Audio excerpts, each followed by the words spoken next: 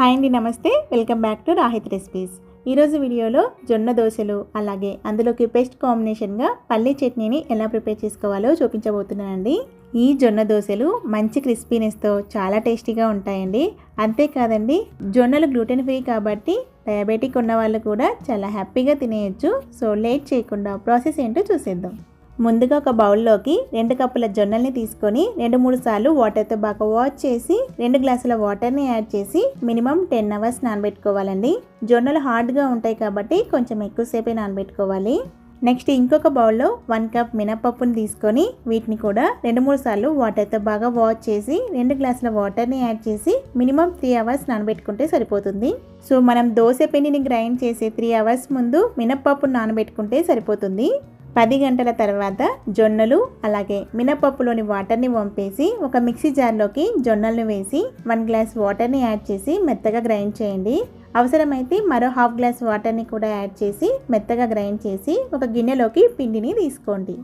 Next అదే mixie జార్లో మినపప్పుని add చేసి అందులోకి 1 గ్లాస్ వాటర్ని యాడ్ చేసి మెత్తగా గ్రైండ్ చేయండి. తర్వాత ఈ పిండిని జొన్న పిండి వేసిన గిన్నెలోకి పిండిని యాడ్ చేయండి. తర్వాత ఈ పిండి అంతటిని బాగా మిక్స్ చేయండి.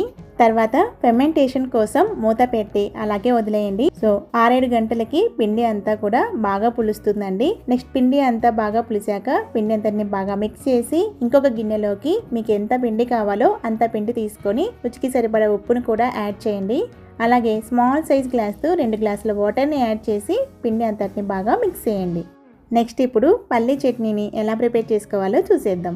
గ్యాస్ ఆన్ చేసి ప్యాన్లో 1/2 కప్ పల్లీలని యాడ్ చేసి లో ఫ్లేమ్లో దోరగా వేయించండి. పల్లీలని దోరగా వేయించుకున్న తర్వాత గ్యాస్ ఆఫ్ చేసి ఒక ప్లేట్లోకి ట్రాన్స్ఫర్ చేయండి. నెక్స్ట్ మళ్ళీ గ్యాస్ ఆన్ చేసి ప్యాన్ పెట్టి 1 టేబుల్ స్పూన్ ఆయిల్ని వేడి చేయండి. ఆయిల్ వేడయ్యాక ఒక మీడియం సైజులో ఉండే ఉల్లిపాయలను ఇలా ముక్కలుగా కట్ చేసుకొని యాడ్ చేయండి. నెక్స్ట్ 3-4 పచ్చిమిరపకాయలని 2గా తుంచేసి యాడ్ చేసి ఉల్లిపాయలు పచ్చివాసన పోయేంత వరకు లో ఫ్లేమ్లో వేయించండి. ఉల్లిపాయలు పచ్చివాసన పోయాక 1 టేబుల్ స్పూన్ జీలకర్ర, 1 రెమ్మ కరివేపాకు యాడ్ చేసి ఒక 1/2 నిమిషం పాటు లో ఫ్లేమ్లో ఫ్రై చేయండి. నెక్స్ట్ ఇందులోకి ఒక మీడియం సైజులో ఉండే టమాటాలను ఇలా ముక్కలుగా కట్ చేసుకొని యాడ్ చేయండి.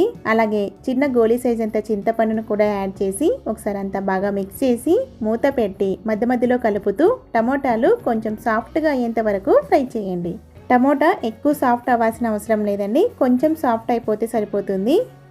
నెక్స్ట్ ఇందులోకి 1/2 టేబుల్ స్పూన్ పసుపు, కొంచెం కొత్తిమీర తరుగు యాడ్ చేసి ఒకసారి అంతా బాగా మిక్స్ చేసి ఒక 1/2 నిమిషం కలుపుతూ ఫ్రై చేయండి. 1/2 నిమిషం తర్వాత గ్యాస్ ఆఫ్ చేసి వీటిని కంప్లీట్గా చల్లారనివ్వండి. నెక్స్ట్ ఒక చిన్న సైజ్ మిక్సీ జార్లో పల్లీలకు పైన పొట్టు తీసేసి యాడ్ చేసి మెత్తగా గ్రైండ్ చేయండి. నెక్స్ట్ ఫ్రై చేసి పెట్టుకున్న ఇంగ్రీడియంట్స్ అన్నిటినీ వేసి రుచికి సరిపడా ఉప్పును కూడా యాడ్ చేసి అలాగే ఒక చిన్న గ్లాస్తో వాటర్ని యాడ్ చేసి మెత్తగా గ్రైండ్ చేయండి. నెక్స్ట్ ఈ పేస్ట్ని ఒక బౌల్లోకి తీసుకోండి. అంతే అండి, పల్లీ చట్నీ రెడీ. ఇందులోకి పోపు కూడా అవసరం లేదండి, చాలా టేస్టీగా ఉంటుంది. ఈవెన్ రైస్లో కూడా చాలా బాగుంటుంది. సో ఇలా పల్లీ చట్నీ ప్రిపేర్ చేసుకున్న తర్వాత నెక్స్ట్ గ్యాస్ ఆన్ చేసి దోశ ప్యాన్ పెట్టి ప్యాన్ వేడయ్యాక గరిటెతో పిండిని వేసి ఈవెన్గా స్ప్రెడ్ చేయండి. తర్వాత దోశ పైన కొంచెం ఆయిల్ని స్ప్రెడ్ చేసి ఒకవైపు బాగా కాలిన తర్వాత రెండో వైపుకి టర్న్ చేసి బాగా రోస్ట్ చేయండి. తర్వాత దోశని ఒక సర్వింగ్ ప్లేట్లోకి సర్వ్ చేసుకోండి. అంతే అండి, జొన్న దోశలు, దానికి బెస్ట్ కాంబినేషన్గా పల్లీ చట్నీ చాలా టేస్టీగా ఉంటుంది. ఈ కాంబినేషన్లో ఒకసారి మీరు కూడా ట్రై చేసి చూడండి. ట్రై చేశాక మీకు ఎలా వచ్చిందనేది నాతో కామెంట్ బాక్స్లో షేర్ చేసుకోవడం మాత్రం మర్చిపోద్దండి. ఈ వీడియో కనుక మీకు నచ్చినట్లయితే లైక్ చేయండి, సబ్స్క్రైబ్ చేయండి, అలాగే మీ ఫ్రెండ్స్కి రిలేటివ్స్కి కూడా షేర్ చేయండి. Thank you for watching.